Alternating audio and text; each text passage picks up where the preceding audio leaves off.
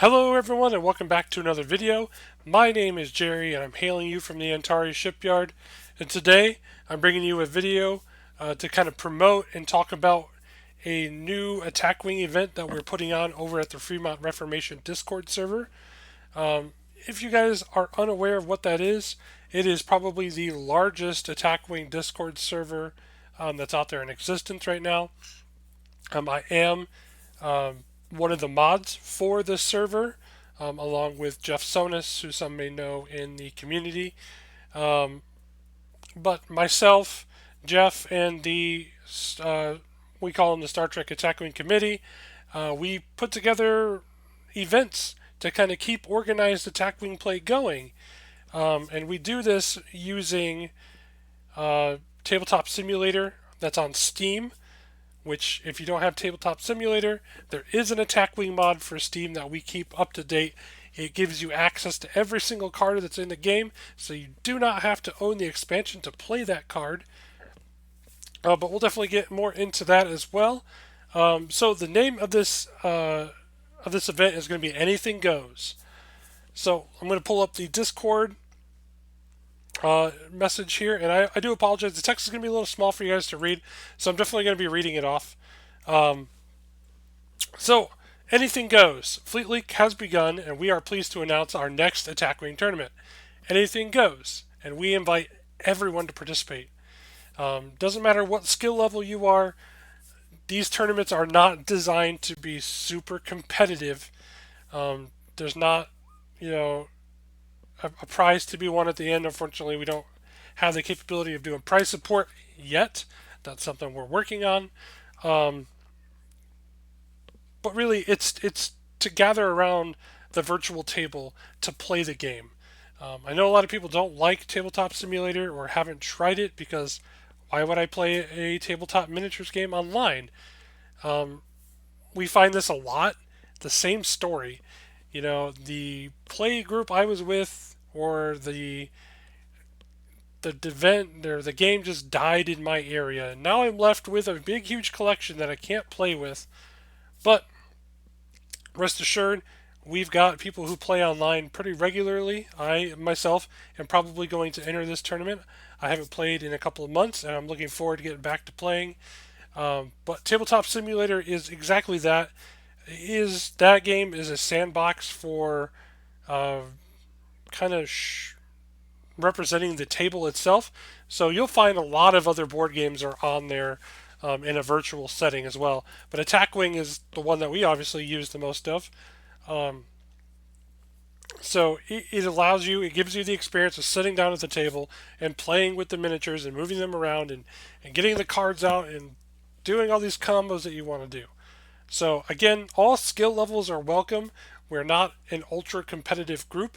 We are playing to play Attack Wing. That is our main focus. So if you're brand new to Attack Wing and you're paired with somebody who's been playing Attack Wing since it came out, 10 years ago, that's fine. That's okay. Likely what'll happen is the veteran will help you through the game. We're not super stingy on the rules either. So if there's something that maybe, you have a question about or you're doing wrong, you feel free to ask, and people are more than welcome or more than likely to tell you, hey, maybe you should have done this action instead of this one, or this action you can't do because of this reason. Those kind of questions come up all the time, and we got people who are more than willing to help you out. So, what kind of scenario do we run with this tournament? Well, we run what's called the Revised Planet Exchange scenario, and there is a link here that you can go check it out. Um, if you're not a member of the Discord server yet, I'll put a Discord link in my description box below, and you can go join the Discord server. Check it out. Maybe mull around whether you want to participate or not, or maybe you want to wait for the next event. That's cool too.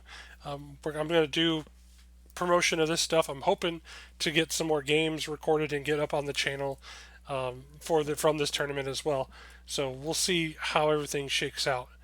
But the Revised Planet Exchange scenario. So before I go off and do another direction here, um, both players are allowed to place 3 obstacle tokens on the board. So that would be your general obstacle tokens from the core starter set. So the asteroids, the derelict ship, the abandoned station, and there's one that I can't remember. But you get to place those on, or you can trade those three obstacles in for a planet token. And it is possible that both players can trade their obstacle tokens in for two planet tokens. So you get to play in a kind of a play mat with two planets, and it's kind of fun because it always ends up with a tunnel between the planets, and you kind of have to sort around that. But that's always fun too. Um, so it does say here where before the ships are placed, a player without initiative decides which side to set up. So the side switching rule is actually in the core rulebook. It is on the page that talks about obstacle tokens. That the player who, after obstacle tokens are placed on the board, the player that does not have initiative chooses which side of the board they want to start on. And that is a rule that I will admit was very much overlooked at the time for a lot of official tournaments, local tournaments, all of it. All of it. It was just overlooked. It's one of those rules that kind of went through the cracks. People were aware of it, but it didn't make any difference on the game at that time. It makes a difference now with some of the cards that are in the game. So we're trying to kind of follow that rule as well. That's from the rulebook. See if it truly has an impact on the game. Um, the reason why this tournament's called Anything Goes is we're testing a number of things here. So we don't have a ban list. Even Warp Jump style cards are going to be allowed. So you can bring those Warp Jump cards. Really, we want to test the effectiveness of all these cards and see, maybe something feels bad, or maybe we should limit this. We're trying to get a general sense of the community that way with those through their fleet building. Um, so point B, fleets are built to 120 SP with the spuds costing and no ban list. So we do not build to WizKid standard of 130 SP, and that is because with these new faction packs that have been coming out, a lot of cards have been coming out cheaper, which means if you build to 130 SP, you have a higher likelihood of what's called clown carring, where you can stuff all of these upgrades into slots that really you don't need all that. What we found is, and this is through multiple events that we've run, 120 SP seems to be kind of the perfect limit and cap for that. So the next question is, okay, what's Spuds? So a lot of you may be familiar with the Utopia website that I maintain. So, surprise, there is a second Utopia site that is for this Discord use only. Well, not only, but we exclusively use it on the Discord. And the reason why is because we went through and we looked at the newer cards that are coming out in the faction packs, especially like the newer named ships and stuff. And we went ahead and recosted the older named ships down to match what's coming out today. So, for example, the IKS Vorn I think costs 24 SP, and then a lot of the older named Cavort classes, like the Hegta, they were sitting at 28 points. Well, I'm not going to spend 28 points to play with that when I can spend 24 to play with this one. So we brought all those name ship costings down. And of course, there are a few classes out there that were not recosted yet by WizKids, and we did go ahead and kind of figured out a formula that's close to WizKids. I think what we found out is about +2 or -2 off of WizKids' numbers from what we've seen, so we're fairly close. But those ships have been recosted to just make it's to make them more playable in today's game.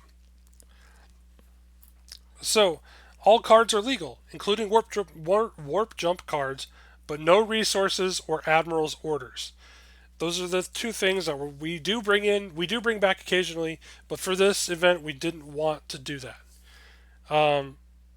We also have a new thing that we're calling a list of replacement erratas, or lore, described below in the fleet building rules section. So lore is just a helpful document to say, look, this card was replaced by this one, especially with the amount of cards that we got. And these are the voyages, Lost in the Delta Quadrant, and adversaries. There's a whole list of replacement cards that we've got, and ideally, a lot of people kind of scoff at the idea of erratas replacing the older cards, but you got to understand that WizKids is taking some of these older cards that have maybe not clear language, and they're going back through and updating them to today's game. So they're adding the new language, they're adding the new restriction icons. There are cards that the one per ship icon didn't exist until the 2017 core rulebook. So that was printed on the card, making the card text so big and so long. So by removing that, you take that out, and now you got a smaller text on the card, and it looks a little better. So there's a lot of things to that. Um, so, okay, you're interested in playing. So when do fleets need to be submitted by? Well, fleets need to be submitted by Monday, July 29th at 11:59 p.m. And there's details below on how to submit. Basically, you join the Discord, you create your fleet on Angry Spuds. Again, I'll link that in the description box below too. And then you send it in a message to one of the mods. The mods do participate in the events. However, the mods do not look, they only look at your list for legality reasons.